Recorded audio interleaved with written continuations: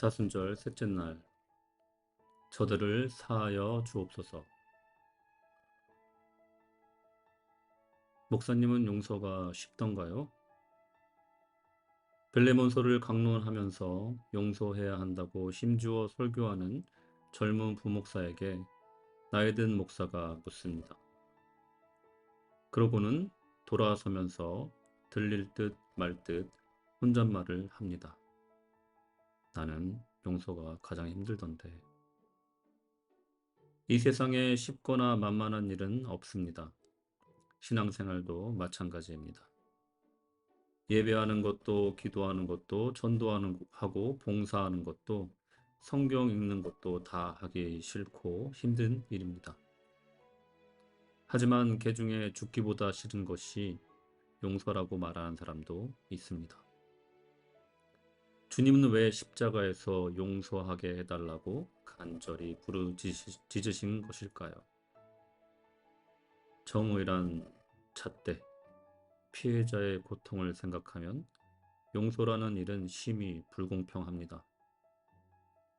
정의가 벌받는 자에게 마땅한 벌을 주는 것이라면 용서는 그 벌을 제하는 것이 아닌가요? 그렇다면 용서는 정의에 어긋나는 일이 아닌가요? 그런데 왜 정의로운 하나님이 용서라는 부정의를 행하실까요? 용서가 정의의 실천이기 때문입니다. 내가 나에게 악하게 행한 당사자를 찾아가서 말합니다.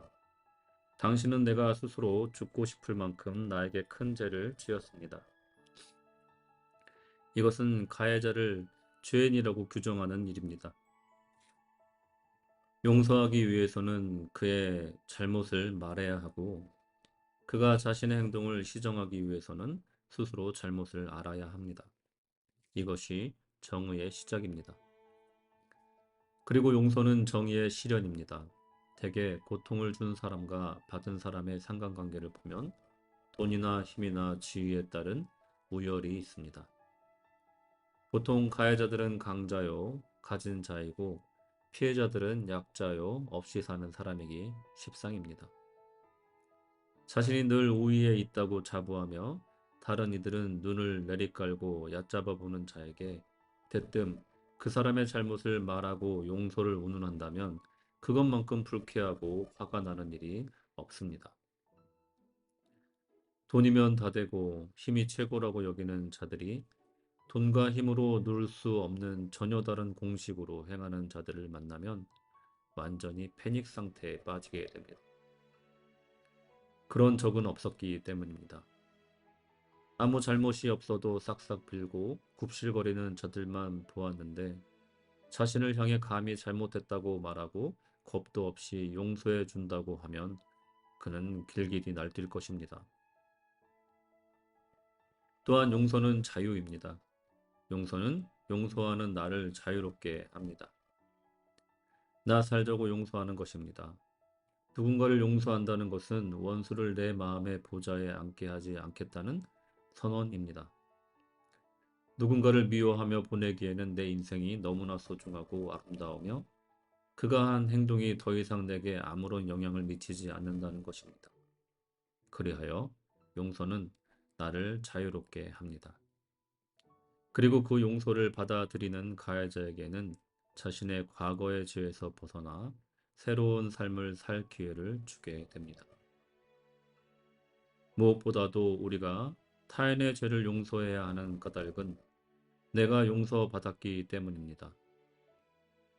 내가 주를 처음 만난 날, 내 죄를 아뢰었던 그날, 나는 용서받았습니다.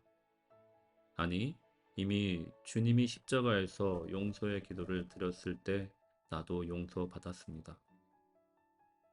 용서받은 나는 용서하는 나일 수밖에 없습니다.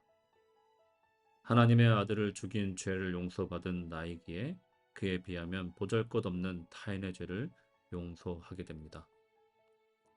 용서, 그 가장 힘든 일을 우리 주님은 해내셨습니다. 이제 우리의 차례입니다. 여전히 힘들고 미치도록 거부하고 싶습니다. 아직은 아니라고, 지금은 아니라고, 준비되지 않았다고 말하는 우리에게 예수님은 그대를 용서했노라라고 말씀하십니다. 이제 주님과 함께 기도하지 않으시겠습니까? 저들의 죄를 사하여 주소서. 기도하겠습니다. 하나님, 그리스도인으로서 가장 하기 싫었던 것이 용서입니다. 어떨 때는 그 사람을 용서하지 않는 것이 올바른 일인 양 느껴지기까지 합니다. 차라리 하나님이 저를 용서하지 않으셨다면 하고 감히 바랐던 시간마저 있습니다. 제게 삶을 주고 생명을 주신 주님, 제가 얼마나 아픈지 아시지요? 그럼에도 제게 용서하라 하심은 제가 고통과 원망 속에 살기를 원치 않으시기 때문입니다. 주님의 사랑을 본받아 제 마음속에서 사랑과 용서가 흘러나오기를 소망합니다. 예수님의 이름으로 기도합니다. 아멘.